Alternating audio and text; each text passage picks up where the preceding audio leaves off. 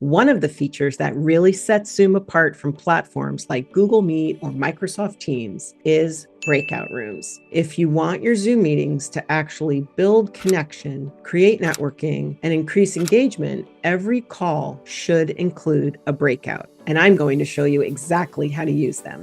Hi there, I'm Betsy, and I'm your Zoom MVP. I've been on Zoom every day for years, so you don't have to figure this one out on your own. In this video, I'll walk you through the breakout room features every beginner should know, including how to set up the rooms, how to send messages to every room, speak to everyone without bringing them back to the main session, and even share content directly into every breakout room. And if you're here for the perspective from the participant's point of view, so that you can enter a breakout room and actually know what you're doing, especially because the host or co-host usually are not in the room with you, then stay to the end because I have that included in this video as well. And before we're finished, I'll show you how you can actually practice breakout rooms with real people inside my Zoom Playground Club before you ever use them in one of your own meetings. As always, the timestamps are below. Please use them if you need them. And now let's get started. So here we are inside a live Zoom meeting. As the host or the co-host, you will see in your Zoom toolbar a button. You can see right here, it says Breakout Rooms. And when you click there, it opens up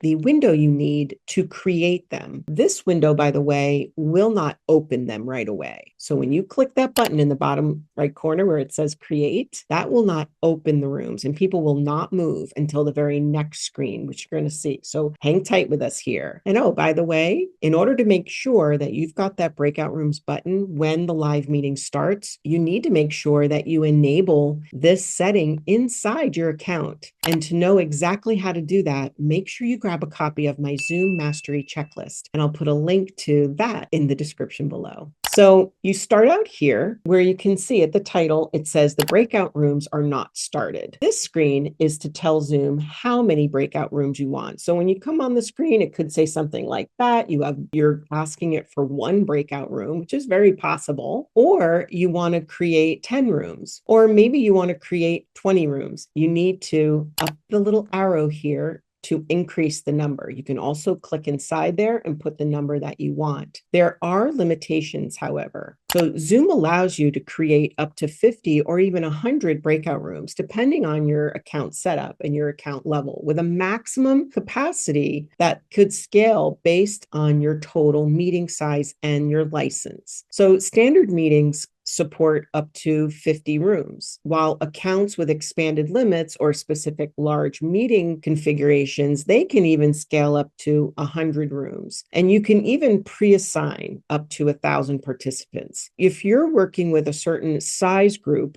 please leave me a comment below because I can work through that strategy with you.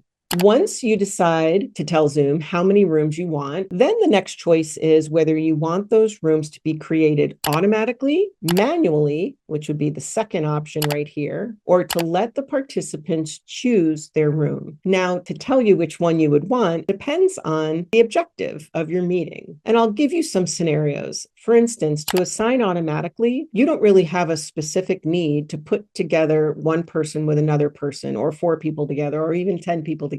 And you want Zoom to mix up the rooms automatically or randomly. And then you're going to choose this first one, because what Zoom does is it takes the total number of people in the room and it divides them mathematically by the number of rooms you've chosen. And then people are just at random placed in rooms. And those rooms actually here inside Zoom will be separate meeting rooms that you, the host, as you stay here in your main meeting room, you won't even be able to see them or hear them until you choose to click the button that allows you to join their room. So this works best when you want to have some sort of discussion, cohort meetings, exercises, case studies, where you're asking subgroups inside your class or meeting to go into their own room and their own group and come up with some decisions and brainstorming, and then meet you back here in the meeting room. So when they're in those individual rooms, they can't even hear you unless you use some of the features I'm showing you in this video. And you can't hear them unless you use use the button that I'm about to show you as well that lets you join their breakout room. This first option also, because people are split up randomly, it lets you can see the second option there, include co-hosts to breakout rooms. So let's say that you have 5 team members here inside the Zoom room with you who are going to help you in each of 5 rooms. And maybe they're there to lead the discussion. Maybe they're there to share content. Maybe they're there to teach. You can have 5 classes all going on at the same time inside breakout rooms. If that's the case, then you need to assign the co-hosts before you've admitted everybody, or assign the co-host before you open up breakout rooms. And if you're looking for instruction on how to make someone a co-host, we've got a video just for you, and we'll put a link to that in the description below. If, however, like in my instance, I want the co-host to stay here with me in the main meeting room when everybody goes to their breakout rooms. And then if needed, if people need help, then I can send a co-host to their room. So in that case, I'm going to remove the check mark so that the co-hosts are not included. If, however, I want to assign people manually, and in that case, it would be where I knew ahead of time that I need 4 people to work together, and I know exactly who they are. Maybe they're from the same region, the same department, or if you can think of it the other way around, if you've got people in the meeting and you want people from different regions to meet each other, or different parts, different countries, different parts of the world, different departments, then you can actually assign people the way you want. And to make those groups up, you would click on assign manually like that. And on the next screen, it will actually let you pick the people and move them there. I'm going to show you that in just a moment. But before we do, the last option, let participants choose room. That's great when you do have, let's say, those 5 classes going on and they have different topics and you want people to be able to choose where they need to go for the help they need. So like, for instance, I teach people technology, and I have for many decades. And I come across people who use a Windows computer. I come across people who use a Mac computer. I have people who use iPad tablets. I have people who use Windows tablets, and so on, all different equipment. And sometimes they need some instruction for their particular equipment. And I teach it all. But in a Zoom, it would be better if I could have individual classes going on or help groups. And then I could visit each room as they're going through their exercises or practice. So to do that, I could name each room based on the topic, and then people could choose. So if that's you and you're thinking, yes, that would be great, Betsy, I want to have different titles and different content in each room, then use that last one where you let participants choose. And then they're going to see a screen where they get to choose, and then they'll go to that room. Let's move on and see what assign manually would look like. So at this point, you're going to click create in the bottom right corner. And on the next screen, you can see all of our 20 rooms that we put. And in this case, we have people inside here, but because we are doing this as a test to show you what it would look like, we have just a few people that we're going to assign, but their names will come up like this. You'll notice you would start at the first room, and using these buttons, you would use the assign button all the way over on the right. And when you click there, you are given a list of the people who are in the room. And like I said, right now we have only a few people, but all you do is just click the check mark next to the person's name, and then that person is assigned to that room. In addition, what you can do is next to the room number is the word rename. That's a button. You can click there. And then just like I mentioned before, if I wanted to make a room just for Windows computers, I can just name the room that and then click yes. And you can see here, the room name changes. And I can do that actually for each of my rooms. So if I wanted the MacBook computer people to be in another room, I could do that there. And using the assign button on the far right, I can pick the names and then so on. You could have a whole list of names and start picking the people. Now, if you didn't know this ahead of time, maybe you don't know what computer they're using, you could actually run a poll at the beginning of the meeting and ask them, are you using a Windows computer today or a Mac? And based on those poll results, you can send people automatically to a breakout room. And if you want the instructions for that, I've put a video together for you, and it shows you how to create breakout rooms from poll results. And I'll put the link to that video in the description below. Now, if for some reason you've decided, I don't really need all these rooms, you will notice that to the right of each room number, there is a delete room button, and you can just simply click there and delete them. Right now, your rooms are not open. These are all being set up before people are moved into those rooms. So people are listening to the speaker right now. They have no idea you're doing this. So this is a great task for your helper, your moderator, maybe your Zoom event producer, or your co-host. The person who has co-host capability could be doing this behind the scenes, but they cannot start this until everyone is present in the meeting. If you needed to, you could pre-assign people to the breakout rooms, but that only happens at the meeting scheduling. And if you're looking for instructions on how to schedule meetings, we have a video for that as well. And we'll put the link to that in the description below. Let's assume that you've assigned all of your rooms the way you want. And then I want you to notice right down here in the bottom left corner, there is a little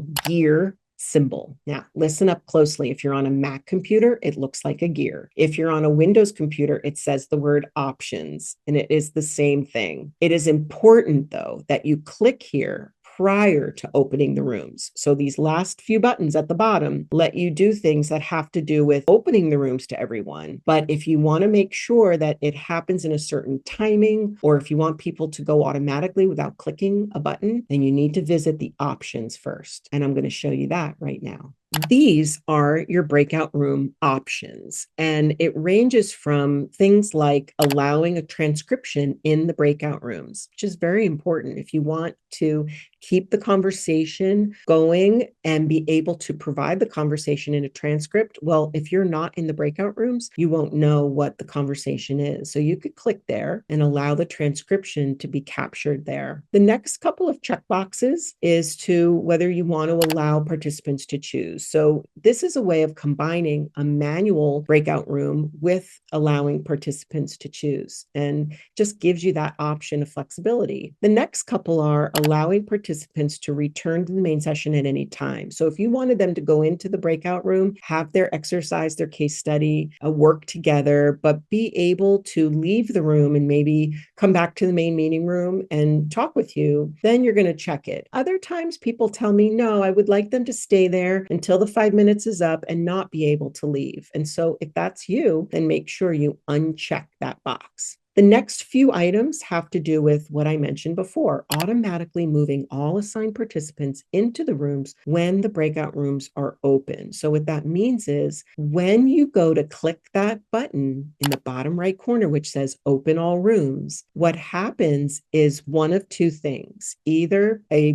participant is prompted to join the room or they're not. And if you don't want them to have to click a thing and just say, hey, everyone, the breakout rooms are about to open and here we go and count down, then if you want it automatically, you're going to keep this checked. And that's also going to include waiting room participants. So anybody that has entered the waiting room a little bit late can also be included in that group. If, however, you want them to be prompted to join a certain room because you just renamed them. So if you want to say, hey, you want to join the host has asked you to join the Windows computers group. If you want that prompt, then you're going to uncheck this and hang tight, because coming up, I'm going to show you exactly what they see when you're in the participant point of view. The next couple of checkboxes to finish out the option screen will automatically move all selected participants from the breakout to the main session. So if that's one of your needs. However, the lower part, if you don't check that, does handle how they are moved back. And for instance, you could auto close the rooms. So if you want to be able to move about and join the rooms, you can just set a timer and the rooms will close down at a certain point. But the final check mark is the most popular, and that is meaning it's the most commonly used, and I use it frequently. Countdown after closing the breakout room. So when I close all rooms, this countdown starts, and you set the countdown timer to the number of seconds. Like if I want them to just have 60 seconds to finish up their conversation, then I'm going to set that in there. And that's all you need to know for your breakout room options. All you're going to do from this point is click back on the original screen. When you click in the background on your breakout rooms window, now what you're going to do is you're going to click that blue button that says open all rooms. And again, based on what you have selected in your options, if your rooms are set to send them automatically, then you do want to give them a prompt before you click that blue button. You do want to say, I'm about to open them. Here we go. I'm going to beam you up, make some fun out of it, and say, here we go. 3, 2, 1. Enjoy yourselves. And then when you click that button, everyone will go automatically. You will also see at the bottom there are 2 other buttons. You can add a room. So if you haven't made enough, you can add a room and you'll get, there it is, room 21. And then you can just keep adding people, but do that before you open all rooms if you saw that you needed more people. And then finally, the recreate button. So if you've run breakout rooms already and you want to run them again, great for speed networking, then that button is for you, where you can create another group of breakout rooms again sometime in the meeting and mix it up and have them with different pairings or different groups.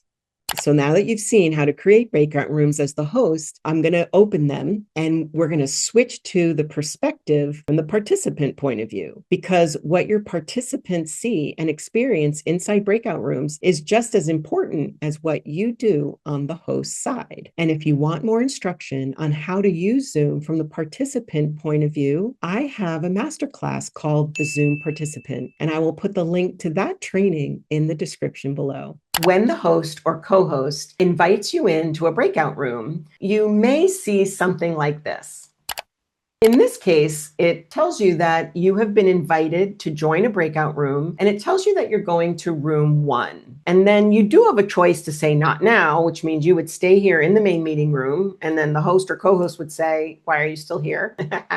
You need to go to your breakout room, and maybe you had a question, or maybe you clicked the wrong thing. They could still help you get on your way. But your goal there is to click the blue button that says join. Now, I'm going to give you a little behind the scenes, okay? A host or a co-host does have the option to ask you to join a breakout room and then open the rooms, but you might not see this. You might just go. It's kind of like you're beamed up and just sent there to the breakout room. They might set it that way. And usually you'll hear them say, okay, we're going to open up breakout rooms now. And they'll like count down, 3, 2, 1. And you still don't have to do a thing, but it might happen that way where you don't have to click join. They have the setting on their end. So now at this point, you're going to click that blue button, and then we're going to take you in to see what a breakout room looks like. Watch what happens next. Once you get into your breakout room, you have full control over viewing the breakout room session in either speaker view or gallery view. So you would go up to the top right corner to your regular view menu, which is still there, and you can choose gallery if you want to do that instead. If you wanted to, you could view it in dynamic gallery or in multi-speaker view. And so the people who were having the talk, maybe there's 2 of you sharing and everybody else is listening, or maybe people are taking turns. That's usually what happens inside a breakout room, depending on what your instructions were. And if you go back up to that view menu, a lot of the same choices are there that we have learned so far in other modules. So that's really great. If you want to just keep it on speaker view, you can do that as well. And now I want to take a focus down here on the bar. So in your toolbar, you have full control of turning your video off and back on, and you can also mute yourself. You can see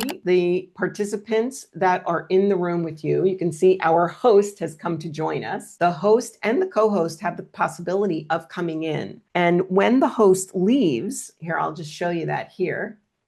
Okay, there we go. So our host has left the room, and from time to time, the host or the co-host can move around from room to room. And so they may just appear, and you can keep your participants list open if you want to see that. Further, in the participants list, you can see that someone is sharing, and you see that little green box right next to the person's name with an arrow. So yes, you do have share capabilities inside here. You can actually share your screen into a meeting, and you can also be receiving of whoever is sharing. So if you needed to, you could pick someone as a scribe, we say, someone who's going to take notes for you inside here, and you can then watch the share or share yourself. Only one person can share inside here at one time. If for some reason you needed to ask for help, you're going to click on the little circle with the question mark.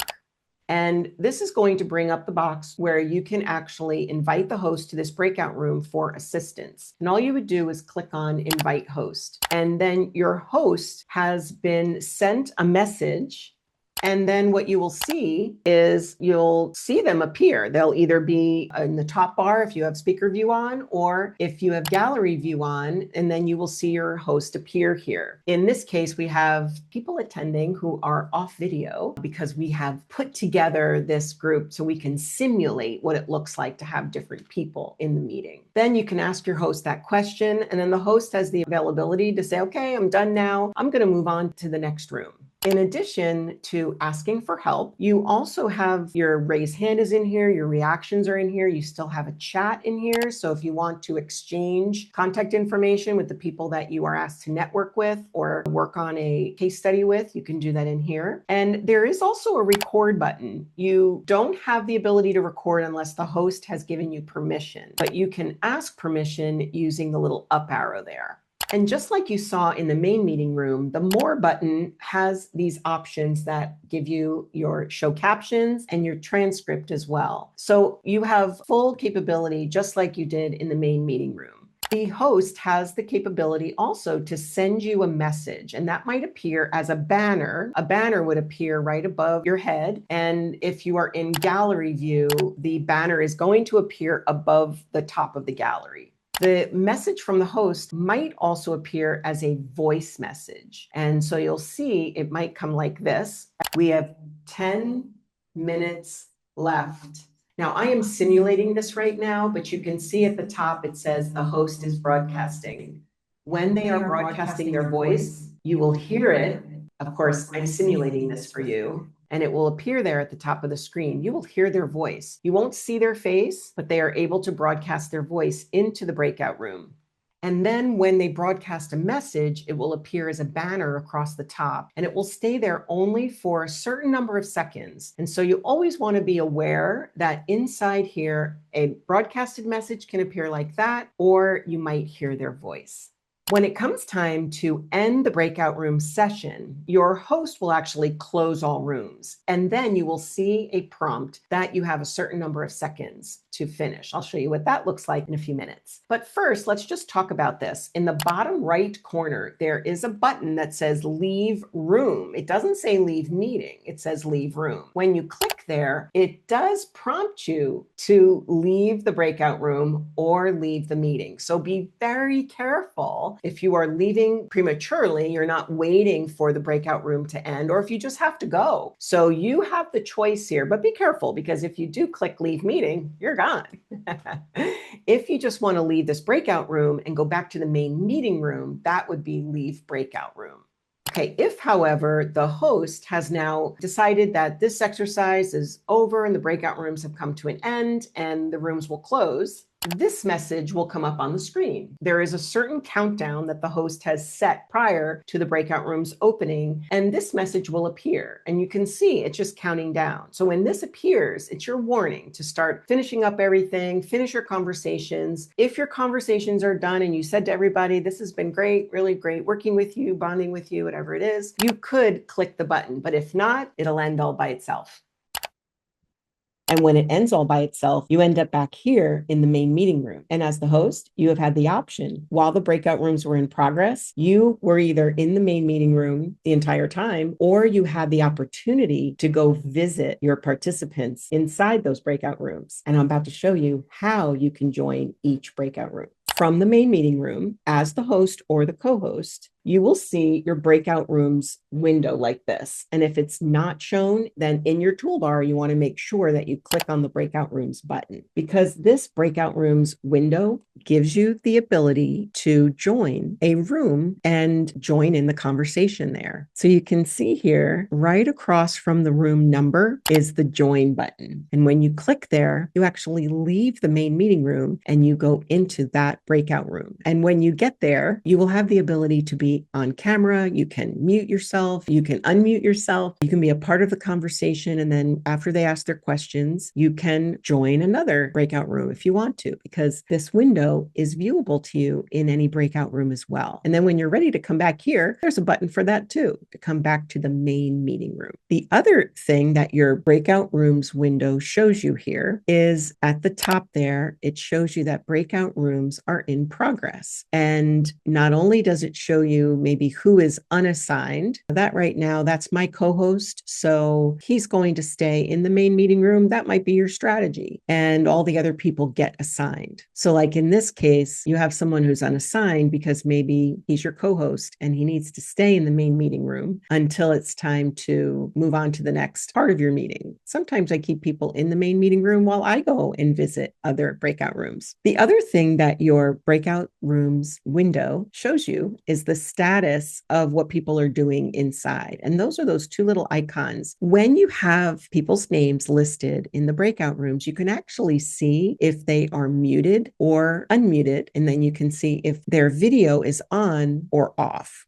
So like in this case, when they are talking in the room, you can see that the microphone is actually moving up and down. So you can see that they're having conversations in the room, as opposed to now you can see that they've muted themselves. If there is a red line through the webcam icon, then that means that they're off video. As opposed to this, when they're on video, there won't be a red line through the icon. Now, this is very important to you, especially if for classes that are held virtually, where your participants are going to be earning certificates or continuing edit credits. If they are required to be on camera the entire time, well, you can see the status here and you'll be able to tell. When they are sharing, then next to their name, you'll see that that green box with the little green arrow inside will show up. So for instance, if you've given your breakout room groupings assignments to pick someone, be the scribe, let's say, keep track of what the conversation is, come up with their objectives or their goals, whatever the exercise or the networking exercise is, whatever it might be, if you've asked them to share screen, well, that will indicate that that share has started inside their breakout rooms. As opposed to now, you can see now there is no share going on in that breakout room. If you do not see the icon, it means there's no share in progress. So that would be a reason why maybe they're having trouble finding the share button. So that's a reason why if you had some people helping you, co-hosts can also join the breakout rooms and they can go help them start their activities and then they can move on to the next room. Next to each person's name, there is also a button on the far right that says move to. That's in case you need to move people around, either for networking purposes, or maybe you have too many people in one room and not enough people in another, or if you need the person back here in the main meeting room with you.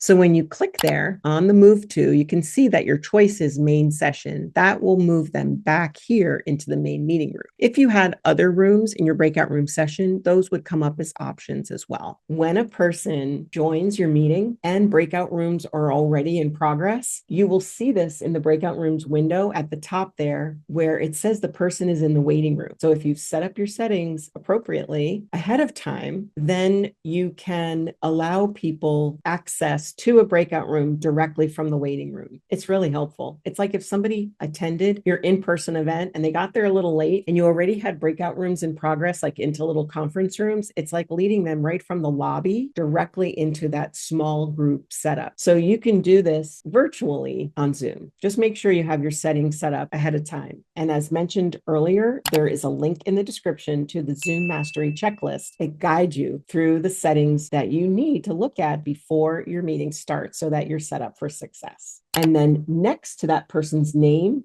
in the breakout rooms window, it says assign to. You can just click there, choose the breakout room that you want them to go to, and then it takes them right from the waiting room and it assigns them as needed. At the bottom of the breakout rooms window are a couple more buttons to take note of. And the one I want to talk about says broadcast. When you click there, as the host, you get the option to broadcast a message. That would be a typed message that appears across the top of everyone's screen, no matter what breakout room they're in, that indicates what's happening at this time. So if you wanted to say, we have 10 minutes left, or it's now time to switch partners, maybe you're having them share something, what we call a pair and share in active teaching techniques, and it's time to switch partners, you can broadcast a message, which they can read the top of their screen. Because right now, inside breakout rooms, you can't put something in the chat and have it broadcasted to everyone. You must do it this way. So when you click on broadcast message, you get this box at the bottom of the screen. And when you type out the message, it appears in this banner, but it's not broadcasted to everyone until you click that little paper airplane button in the bottom right corner, like this.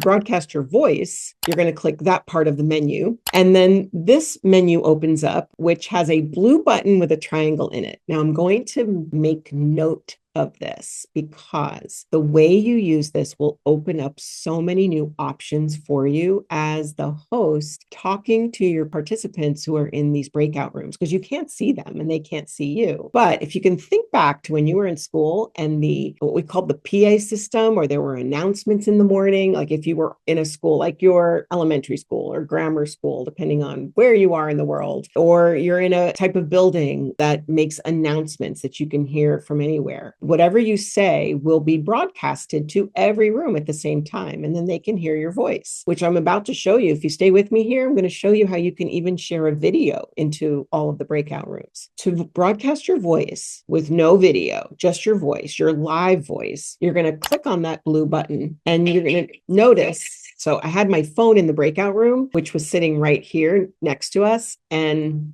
you can hear the voice from the main session. Now, what I want you to know too, most importantly, is as I'm moving my mouse pointer is on this screen. As I move my mouse pointer over the circle, it's no longer blue, it turns red. And that's telling me that my voice is still being broadcasted. If I take my mouse pointer off that, you can see that the blue circle has kind of like a moving indicator that tells me, kind of like the voice or sound comes through on a video, and it's showing me that there is active voice. So take note, when you are broadcasting your voice into the rooms and you say your message, you must come back to this button and click the square so that it goes back to this button. See, when I put my pointer on it, it's blue, but it has the triangle in the middle and it's no longer an indicator that there's live voice happening. And when I take my pointer away from it, it's gray, which tells me there is no voice being broadcasted at this time. As opposed to, again, if I click the button and I take my pointer off of it, can see the difference? That indicates that your voice is being broadcast live. And so you don't want to be having a conversation here in the main meeting room while people are in there, because they have no way of telling you unless they hit that button to ask for help. So great thing to practice, wonderful feature so that you can give them live voice messaging. Just make sure you click back on there, click the square, and then that's a state that the broadcast voice is completed. At the bottom of that window, you can see a button that says Plan Next Session. Well, isn't that fun? When you click there, this window opens up, which lets you plan the next session. So if you're doing some speed networking inside Zoom and you have a group of people all put together right now, and you're like, I'm going to mix them up, and I'm going to mix them up now in different pairings, you can say, okay, I want 10 breakout rooms because I want 2 in each room, whatever it is, and you can plan the next session here. So you can say assign it automatically, and then in a sense you would get 2 people per room if there were 20 people in your meeting. And when you click next, it actually gives you the 10 rooms that you asked for, and if there were enough people here right now in our test session, there would be a person's name in each one or 2 people's names in each one. You can then see another button appear here just to talk about, in addition to moving people to a room, you could actually exchange people. So if it comes up with the pairings,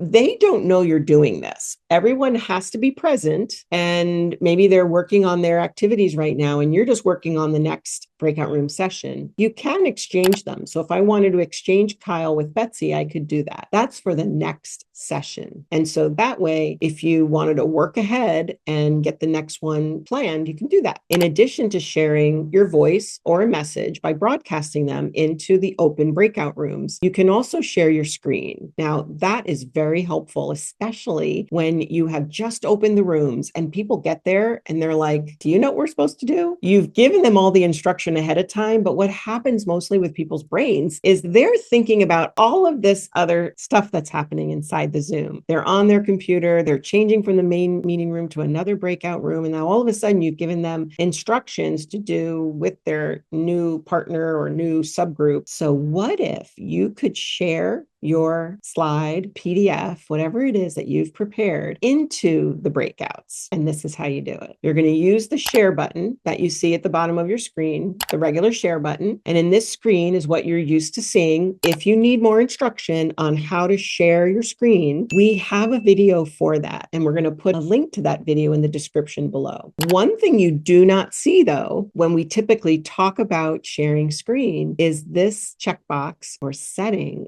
on the far right. There it is, share to breakout rooms. That box only appears when you bring up the share screen and the breakout rooms are already in progress. So now all you would do is you would pick the PowerPoint slide, the Canvas slide that you want to share. Make sure you click the checkbox over on the right. So it says share to breakout rooms. And then when you click the share button at the bottom, that slide will be broadcasted to your breakout room participants. And this could be the instructions for what to do. So you could have a slide put together that said breakout room exercise, step 1, step 2, step 3, and they are viewing that from their breakout room. And then it's clear. You could even, while the breakout room is in progress, you could even share a video with them and then play the video. And then that's playing in the breakout rooms. But the point is that one little checkbox has to be enabled. When the breakout room session is complete, you must close all rooms in order to bring everybody back here into the main session with you. So that's going to be the red button in the bottom right corner. And when you click there, you will get this prompt. All participants will be returned to the main session in 60 seconds. That's because you set that up in your options ahead of time. So you're going to click close all rooms again. Now, right now at this time, everybody is being given that message that you saw earlier in the video about, hey, you have 60 seconds and then the breakout rooms will close. And they can keep talking at this time. And so you shouldn't start talking until that message disappears. All breakout rooms will close. That's counting down for you. Because if you start talking as people start appearing, you're not talking to everyone. You can even take a look at your participants list and see if all the participants are back. Maybe you know how many participants are there with you. But this countdown right here will tell you for sure, because at this point, people can still be in the breakouts having their conversations while there's 13 seconds left, 10 seconds left, 8 seconds left, whatever. And then finally, when the countdown is complete, then you can rest assured that everyone has been automatically sent back here, especially that you can see the countdown's done, and therefore everyone's back in the main session